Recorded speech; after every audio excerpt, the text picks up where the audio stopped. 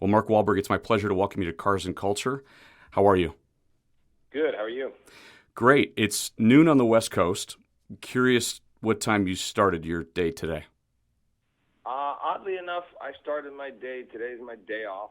I went to bed about 9 o'clock in hopes to get up at 5. I got the rest of my vaccination yesterday, so for some reason, I was up for like 2.5 hours in the middle of the night, not feeling any symptoms or anything, but I was just awake. So I got up and laid on my couch. Got my wake-up call at 5, and then I just decided to, instead of playing golf, to rest. I realized that rest is one of your better friends. So Indeed. Yeah.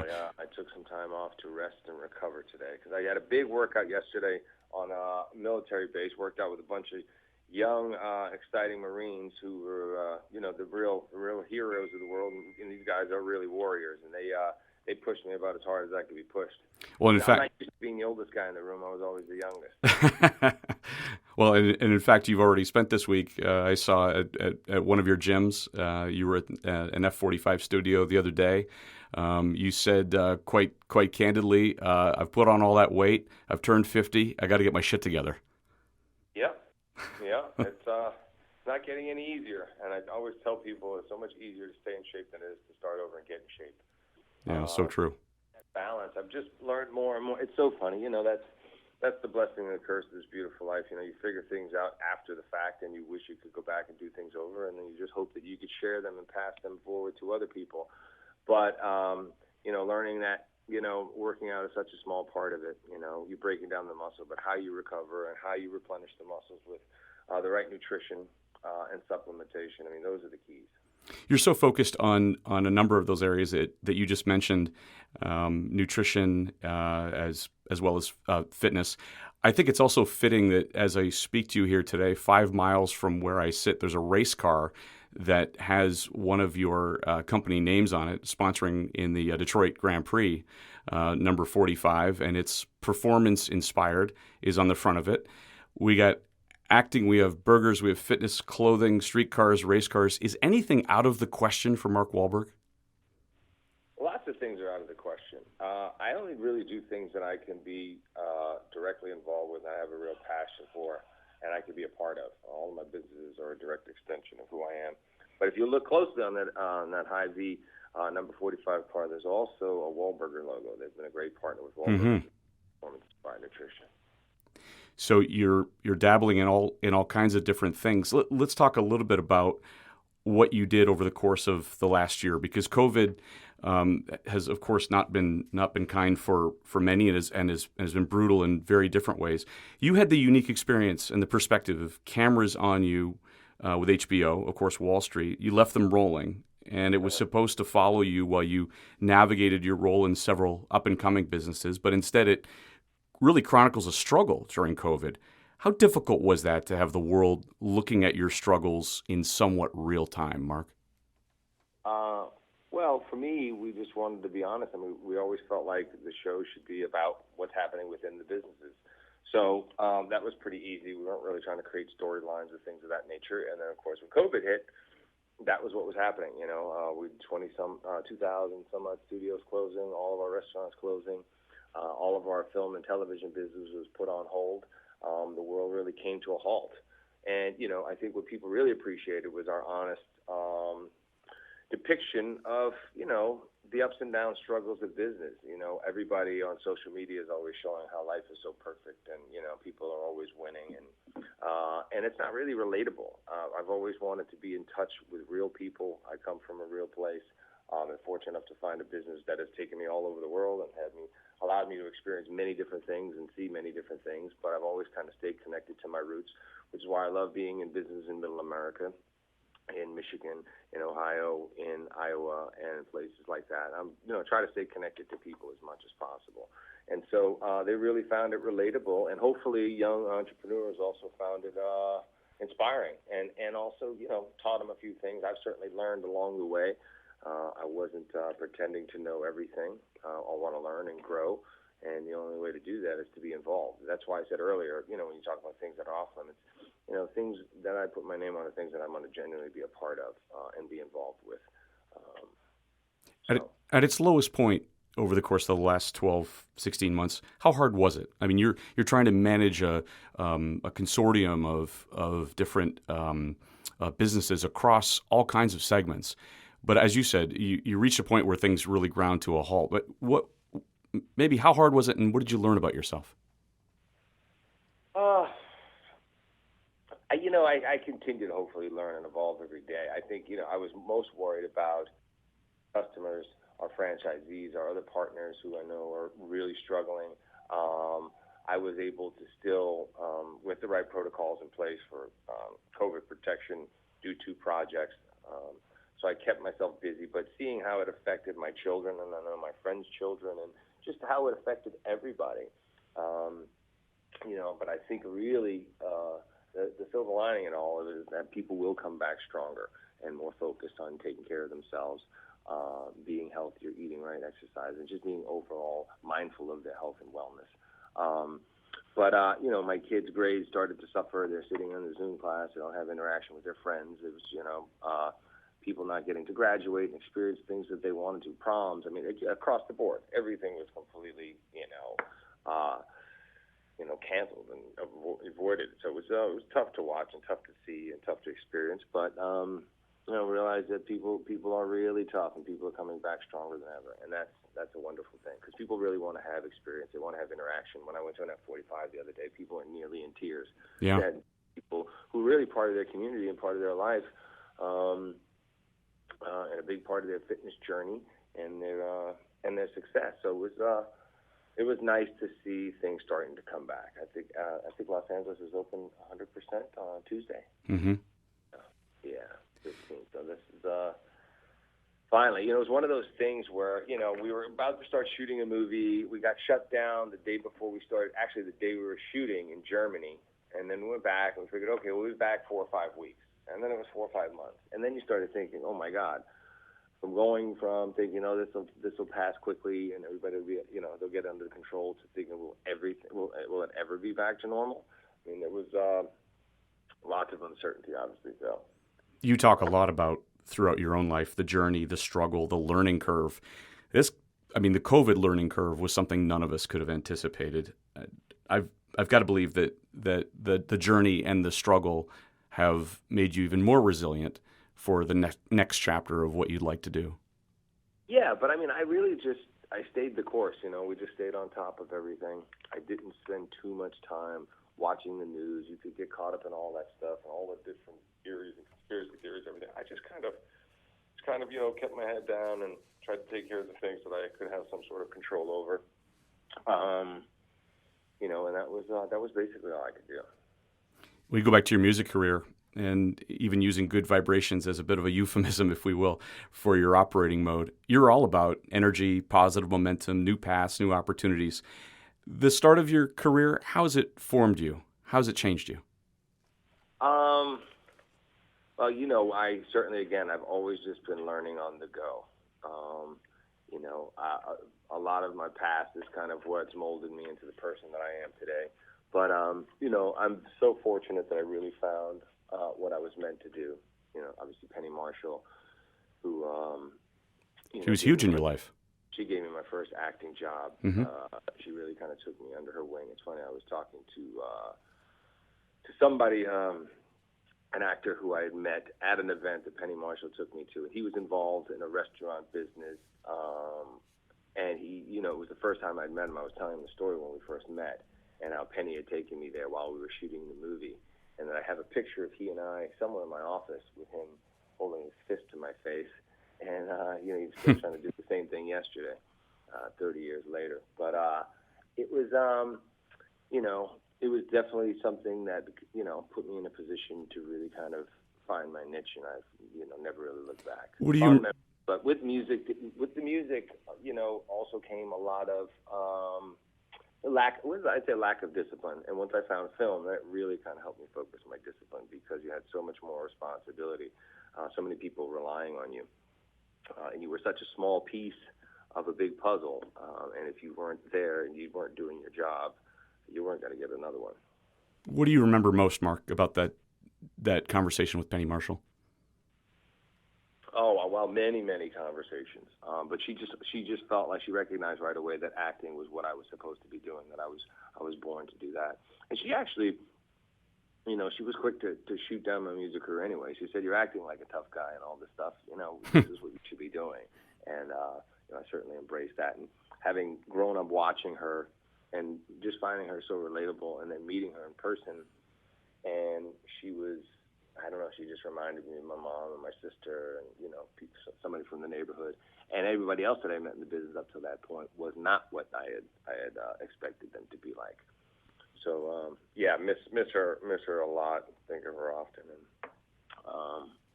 always want to kind of make sure she gets all the credit she deserves for all my success. How do you figure out what it is that you want to do next?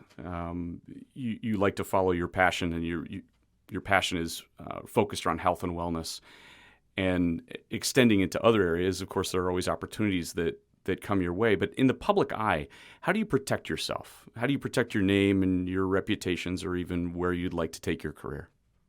Well, again, that's why you've got to be in control. As far as making choices in my primary business, which is, acting and producing, I'm looking for new and interesting challenges. I'm always kind of interested in doing the complete opposite of the last thing that I did. I just did one kind of action adventure movie that was very dramatic, and one kind of dramedy. So I'm looking to do something lighter and fun right now. The last two were true stories too, so that comes with an overwhelming amount of responsibility. But always kind of on that front, looking for the opposite of what I last did. And then with business, I'm kind of looking for things that I'm passionate about, and things that just synergistically make sense. And we pretty much got our hands full with the stuff that we're doing, but hopefully we'll be maybe discovering new exciting things to get involved with, and certainly hoping to inspire people, young entrepreneurs. And we're excited about season 2 and what that looks like. Restaurants are opening up again. People are back in the gyms. Obviously, our auto business with Jay Feldman has been fantastic. PI is doing absolutely great. Municipal has been hugely successful. But we're I don't know if we're out of the woods yet with COVID. There's always kind of rumblings of a new strain, or what's going to happen after the summer's over, and all this stuff. So we're just trying to stay the course, and continue to build on what we have. You mentioned automotive. What was interesting about automotive for you? Why the car business? I was a car salesman since I was 16 years old. Really? I'm trying to explain to my kids how this journey started. First of all, my dad was a Teamster. He drove a truck. I would drive with him pretty much every day in the truck. He'd allow me to sit on his lap and, hold the steering wheel. I learned how to drive a 13-speed double clutch 18-wheeler when I was pretty young.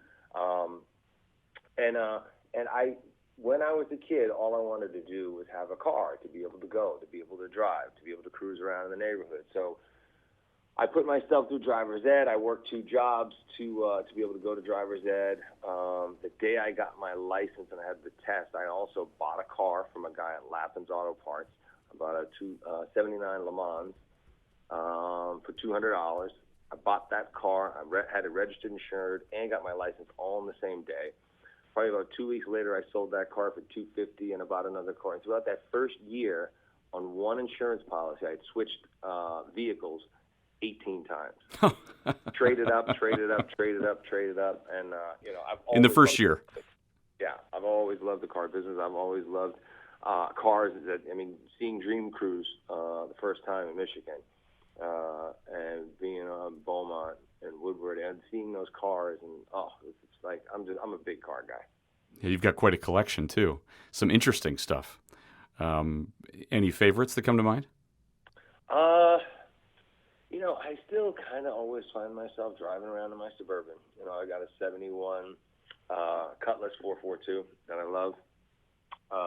But I always kind of find myself riding around in the Suburban.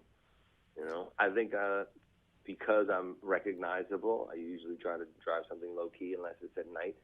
I love to drive around in a convertible. But, it depends. Why is the car business appealing? Well, because first of all, I was able to partner up with somebody who's really talented at what they do. And so we've been hugely successful and continuing to grow. And, I think this is something that I can do well into my future when I stop acting. So I haven't found any bad reasons to be in the car business. Except for the fact that lots of family calls and ask me for free cars. I'm buying as many cars probably as we're selling and giving them away. But, I've got to give back as much as I possibly can. Car influences in movies, the selection of vehicles. How important were some vehicles that you used in movies? I remember just when we were shooting Transformers, we had the ability to go to GM and see a lot of the Heritage Collection, and them holding on to specific cars. I remember there was a '61 Riviera that I was like, oh my gosh. And of course, I just thought, I could just jump in any of these cars and drive them around. And Michael Bay was like, "Are you out of your mind? You can't touch these cars." But yeah, oh God, cars. I mean, since going back to some of my favorite films, you look at American Graffiti, movies like Bullet, Car Chases, French Connection. I mean, we just put out a movie where we had some really cool cars, and still people always still trying to outdo the car chase in film. So it played a huge part, obviously.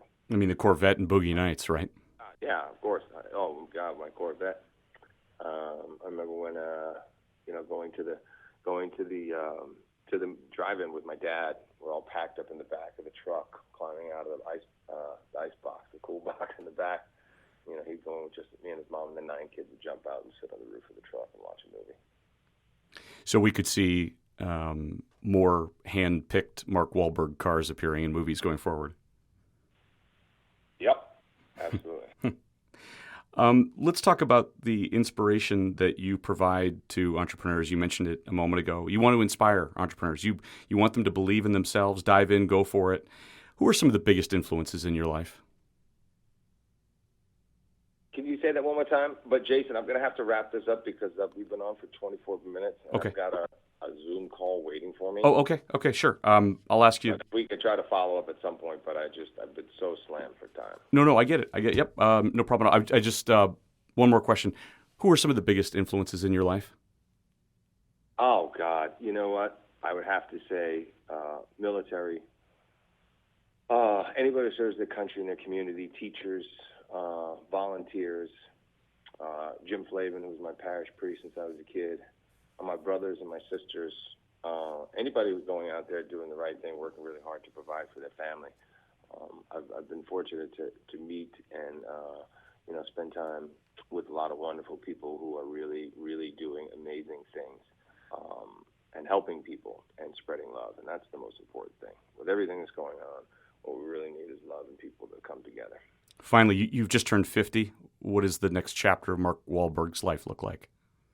Hopefully this is just the beginning of the second half. Who knows? Pretty good for the most part. But I just take it one day at a time. I want to work hard. I want to improve in everything that I do. Certainly being a better father and a better husband and a better partner and working as an example and inspiring other people that no matter what, especially young people, that no matter what your circumstances are, where you come from, there isn't anything you can't accomplish if you're willing to go out there and do the work. So I'm 49, right? 6 weeks ago, I'm in an off-road ATV accident, freakish thing, rolled the thing 3 times. My 16-year-old son's watching me on a drone as I'm rolling in this Can-Am side-by-side. Stupid, right? I broke my sternum. I spent 6 weeks recovering. I had a mild concussion. I'd never been in the hospital. Watching you this week, recently, and understanding your commitment to fitness got me up this morning, 6 weeks after healing, and I started working out again. Wow, that's amazing. So I just... Telling me the story of you flipping, that happened to me about this time last year. I flipped mine in Coeur d'Alene, Idaho, at Gaza Ranch. We rolled 3 times. Thankfully, I walked away unscathed. But my passenger, I was driving, my passenger thought it would be best to put his arm out the window and try to stop us from rolling anymore. And thankfully, he didn't have any breaks, just some deep gashes, but it was pretty scary. Were you injured? No, but he just had some deep gashes in his arm. But thankfully, I kept the Cindy wanted to get it fixed. Fix the roll bars, fix the big tears in the metal, and I said, no, I got to keep that as a reminder to not just go in some random area and just start doing donuts and jumps. It's exactly what I did. I mean, the thing just flipped. It caught a rut in wet grass, And I'm so happy that my son was not with me in it because he had been with me in it earlier. Days before, we had people in it who had coffees in their hands and they're doing the same maneuvers, and then they started digging in this lot. Yep. We realized it was a big 3-foot hole that we just dropped into, and it just spun us out of control. Wow. Jeez. Well, I know exactly how you feel, and I tell you, I'm a workout guy too, but I hadn't done anything because of a broken sternum. So this morning I thought I feel well enough, I'm going to get up and do it. So I did it. I didn't do it at 2 a.m., but I did do it early. It's the hardest part, getting back in there. So go easy. Yep. And but definitely continue to exercise, because corrective exercise is going to be your best friend. Anything, surgery, medicine, all that stuff is only going to make it harder for you to ever get back to it. Yeah. Mark, thanks so much for joining me today. Thanks, Jason. I appreciate it, bud. Thank you, Mark. Bye. Okay. The automobile is one of the most important inventions that revolutionized the modern world. In America, the rich history of car culture runs deep as technology continues to shape the future of the industry. Jason Stein, former publisher of Automotive News, is here to share the stories of people passionate about cars, from industry leaders and innovators to car-obsessed celebrities. Buckle up as Jason takes you inside the boardroom, onto the track, and around the bend on Cars and Culture on Sirius XM Business Radio.